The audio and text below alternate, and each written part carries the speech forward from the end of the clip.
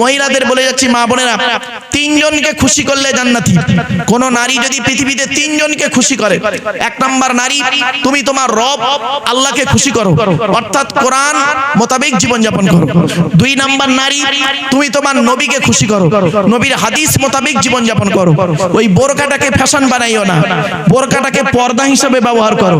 এখন বোরকাটাকে পর্দা হিসেবে ব্যবহারটা কম হয়, ফ্যাশন হিসেবে ব্যবহারে বেশি। একজন মেয়ে ছেলে 5 রকম পোশাক পরা হারাম। মেয়েদের 5 রকম পোশাক পরা কি হারাম? এক নাম্বার, টাইট ফিট পোশাক পরা মেয়েদের হারাম। তার মানে টাইট ফিট বোঝেন তো, গায়ের সঙ্গে চাপতে থাকে, ওই পোশাক পরা হারাম। তবে পড়তে পারো, ওর উপরে চাদর বা কাপড় দিয়ে ঢেকে নিতে হবে। কিছু বুঝতে পারছেন ভাষা? 2 নাম্বার, মেয়েদের ওই পোশাক পরা হারাম যে পোশাকটা বাইরে থেকে ভেতরের অঙ্গ দেখা যায়। এই ঈদের সময় অনেক বাপ তার মেয়েকে, 16 বছরের মেয়েকে একটা জামা কিনে দিয়েছে, মুশারির থেকেও খারাপ, লজ্জা লাগে।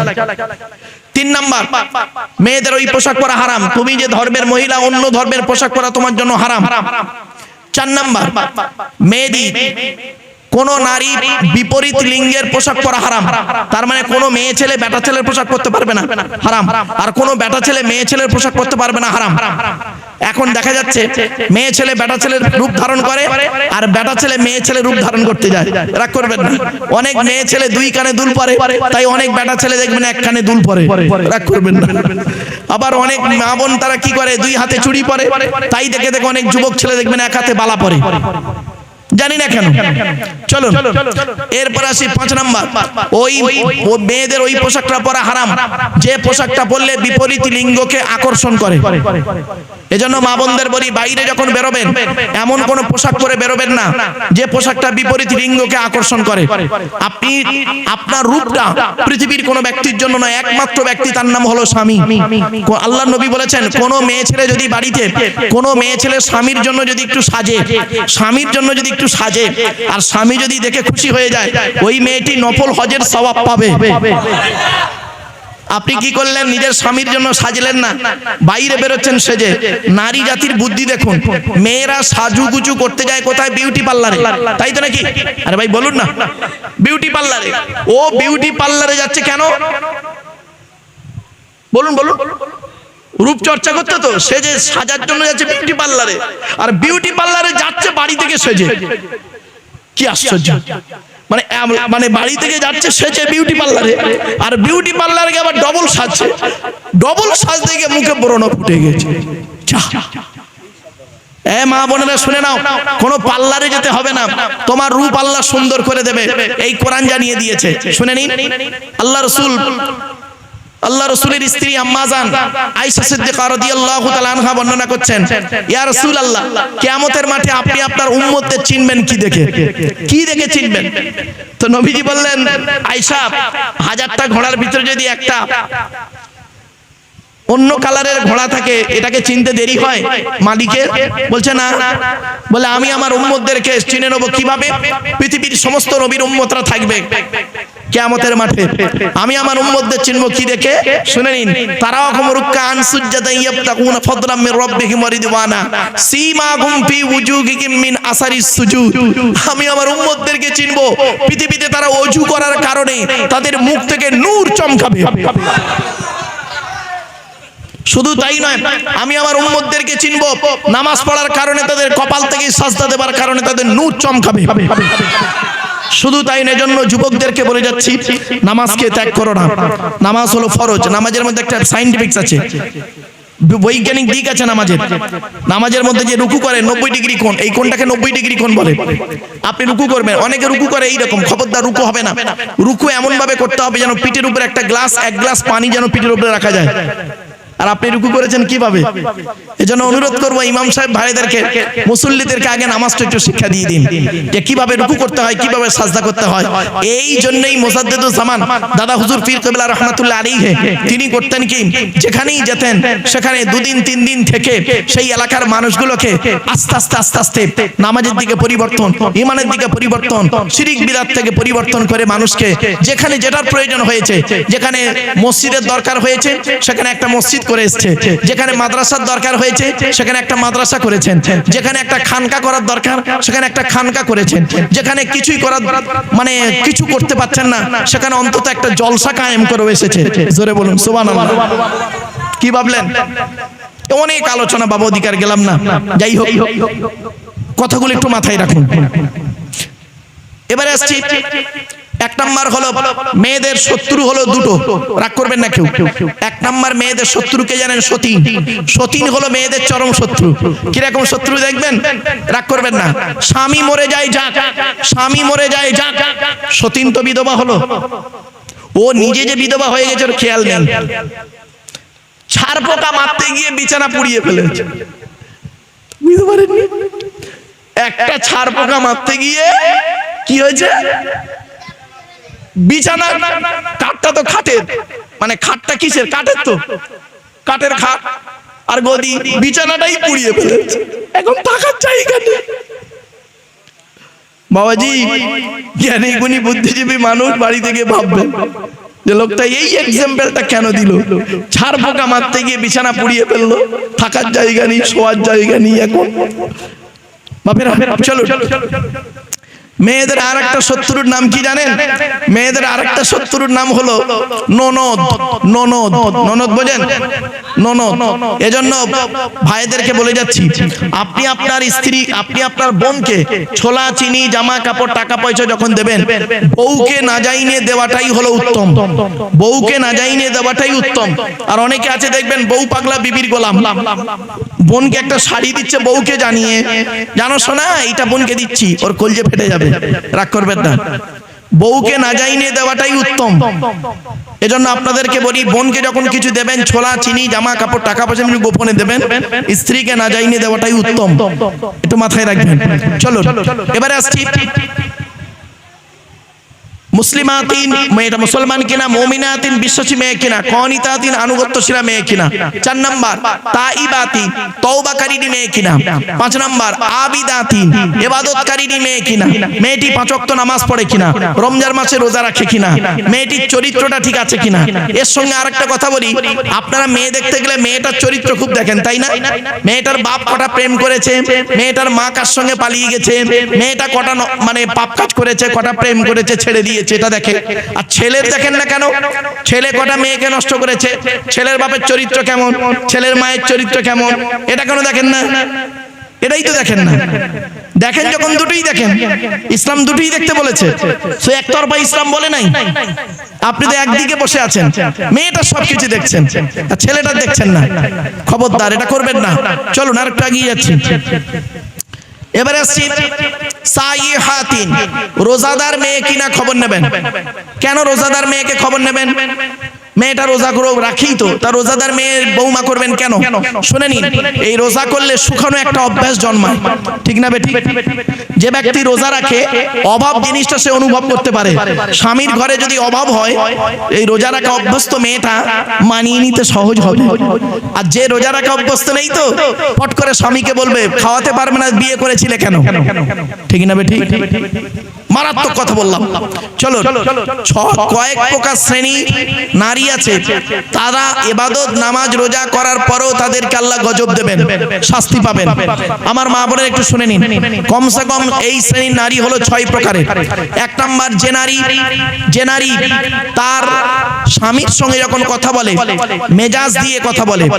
অনেক মেয়ে ছেলে আছে দেখবেন পাড়ার লোকের সঙ্গে কথা বলে মিষ্টি ভাষায়, আর স্বামীর সঙ্গে যখন কথা বলে মেজাজ দিয়ে কথা বলে। আমার মা বোনদের বলে যাচ্ছি, খবরদার স্বামীর সঙ্গে মেজাজ দিয়ে কথা বলবেন না। মা, অনুরোধ করে বলে যাচ্ছে, আপনি আপনার ঈমান আমল নষ্ট করবেন না।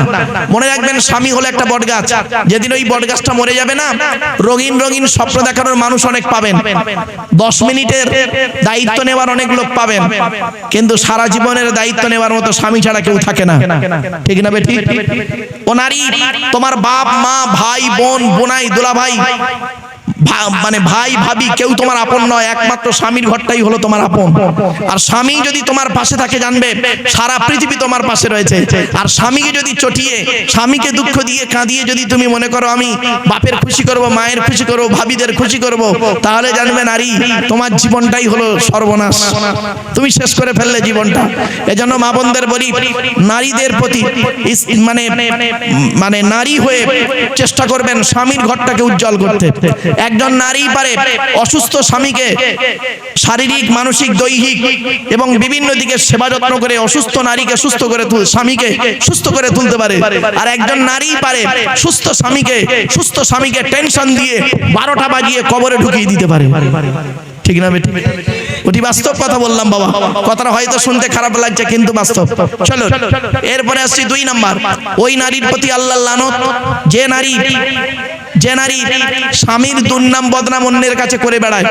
অনেক মেয়ে ছেলে আছে দেখবেন বিয়ে হয়ে গেছে, 2 ছেলের মা হয়ে গেল, 2 ছেলের মা হয়ে গেছে, বিয়ে হয়ে গেছে। সেই বাল্যকালে একটা প্রেমিক ছিল, সেই প্রেমিকের নাম্বারটা জোগাড় করে আজও তার সঙ্গে কি করছে, ফোনে আলাপ চলছে, ফেসবুক, টুইটার, মেসেঞ্জার, হোয়াটসঅ্যাপে ভিডিও কল চলছে। আর স্বামীর সঙ্গে প্রতারণা করছে। 24 ঘন্টায় স্বামীর সঙ্গে 5 মিনিট ভালো করে কথা বলে না, ওর বাল্য প্রেমিকের সঙ্গে ঘন্টার পর ঘন্টা দিন কাটায়, রাত কাটায়। জাহান্নামী নারী। 3 নাম্বার, ওই নারীর প্রতি আল্লাহর লানত যে নারী স্বামী থাকতে অন্য পুরুষের সঙ্গে পরকীয়ায় লিপ্ত হয়।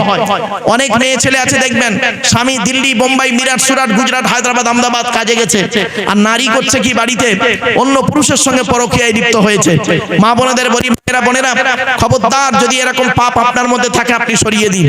4 নাম্বার হলো ওই নারী জাহান্নামী নারী, আল্লাহর লানত পড়বে যে নারী বিনা কারণে স্বামীর বিছানা ত্যাগ করে দিয়ে অন্য বিছানায় রাত কাটায়। অনেক মেয়ে ছেলে আছে দেখবেন স্বামীর কাছে ঘুমায় না, স্বামীকে দেখে না, গুরুত্ব দেয় না, অন্য বিছানায় রাত কাটায়। ও নারী হলো জাহান্নামী নারী, নরকবাসিনী নারীর পরিচয়। 5 নাম্বারটা খুব ইম্পর্টেন্ট, মনে রাখবেন, ওই নারীর প্রতি আল্লাহর লানত যে নারী স্বামীর পরিবারের সঙ্গে খারাপ আচরণ করে। স্বামীর বাপ ভাই এলে দেখতে পারে না, ওর বাপ ভাই এলে দেখবেন খুব গুরুত্ব দেয়, স্বামীর বাপ ভাইয়ের প্রতি গুরুত্ব নেই। নারীরা যদি ওদের স্বামীরা, পুরুষরা এরা এদের শ্বশুর শাশুড়িকে জানা ভক্তি করে, নারীরা ওদের শ্বশুর শাশুড়িকে যদি 4 আনা ভক্তি করত তাহলে সংসারটা জান্নাত হয়ে যেত। ঠিক না বেটি? আমার মা বোনদের বলে যাচ্ছি, মায়েরা, বোনেরা, স্বামীর পরিবারের সঙ্গে খারাপ আচরণ করবেন না। স্বামীর পরিবার কারা? স্বামীর বাপ, স্বামীর মা, স্বামীর ভাই, স্বামীর বোন, ইত্যাদি ইত্যাদি। 6 নাম্বার, ওই নারীর প্রতি আল্লাহর লানত যে নারী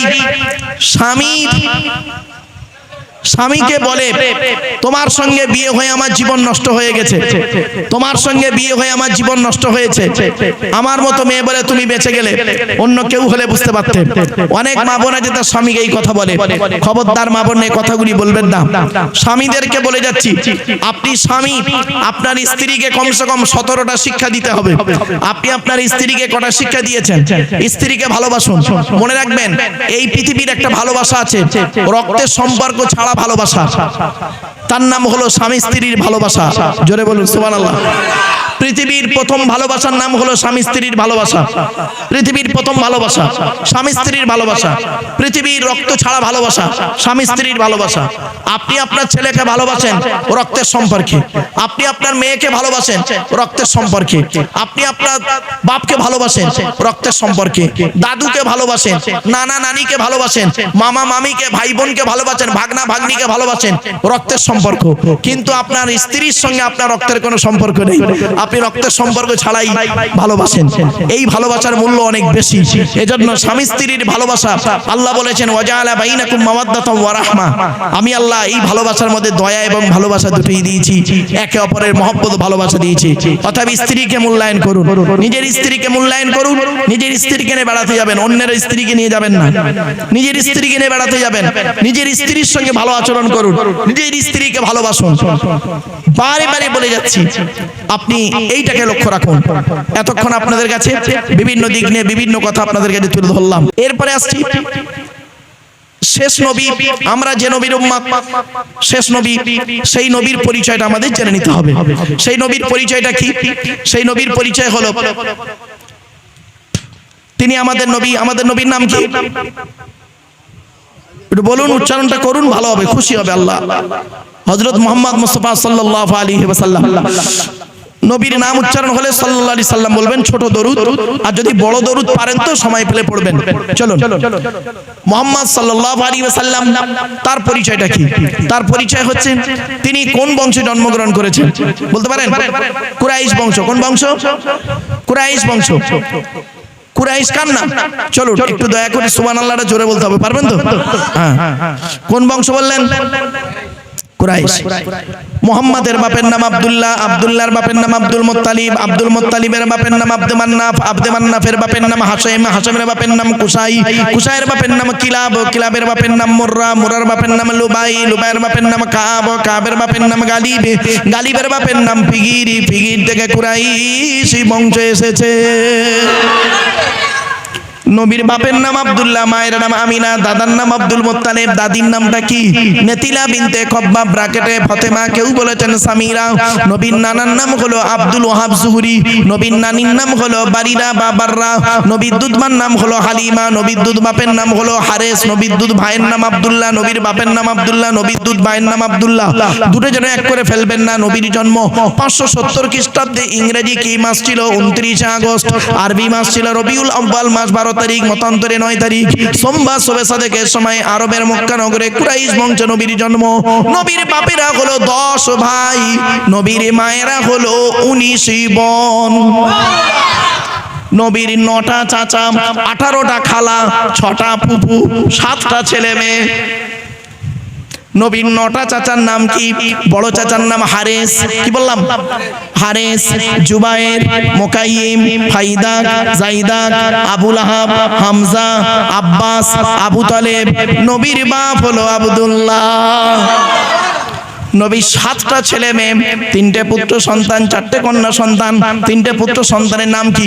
বড় ছেলেটার নাম হলো কাসেম, পরের ছেলেটার নাম হলো তাহের বা তৈয়েব, ছোট ছেলেটার নাম হলো ইব্রাহিম। 4টে কন্যা সন্তানের নাম কি? বড় মেয়েটার নাম হলো যায়নাব, রুকাইয়া, উম্মে কুলসুম, ছোট মেয়েটার নাম হলো ফাতেমা, যার সঙ্গে নবীজি হযরত আলী রাদিয়াল্লাহু তাআলা আনহুর বিবাহ দিয়েছিলেন। এখান থেকে একটা শিক্ষা দিয়ে নিন, কোন ছেলেকে জামাই করবেন, কোন মেয়েকে বৌমা করবেন। ওই ছেলেকে জামাই করবেন যে ছেলের মধ্যে কমসে কম 2টো গুণ পাবেন, ওই ছেলেকে জামাই করবেন। খালি একলা বাপের একটা ছেলে থেকে ছুটবেন না, সব একলা বাপের একটা ছেলে সমান নয় বাবা, বাস্তবটাই বললাম। আর কোন মেয়েকে বৌমা করবেন, যাই তাই মেয়েকে বৌমা করবেন না। খালি সাদা চামড়া দেখে ছুটবেন না, সব সাদা চামড়ার মেয়ে ভালো নয়। বাংলায় একটা কথা আছে, প্রচলিত কথা আছে, শুনবেন, এই মুরব্বীরা ভালো জানেন, নদীর জল ঘোলা ভালো, জাতের মেয়ে কালো ভালো। কথাটা একেবারে ফেলে দেওয়ার নয়। চলো, কোন মেয়ে কোন ছেলেকে জামাই করবেন যে ছেলের মধ্যে কমসে কম 2টো গুণ পাবেন। 1 নাম্বার ছেলেটি সৎ ছেলে কিনা খবর নেবেন। কি বললাম বাবা? সৎ। আচ্ছা, সৎ কাকে বলে? কোন লোকটাকে সৎ বলে?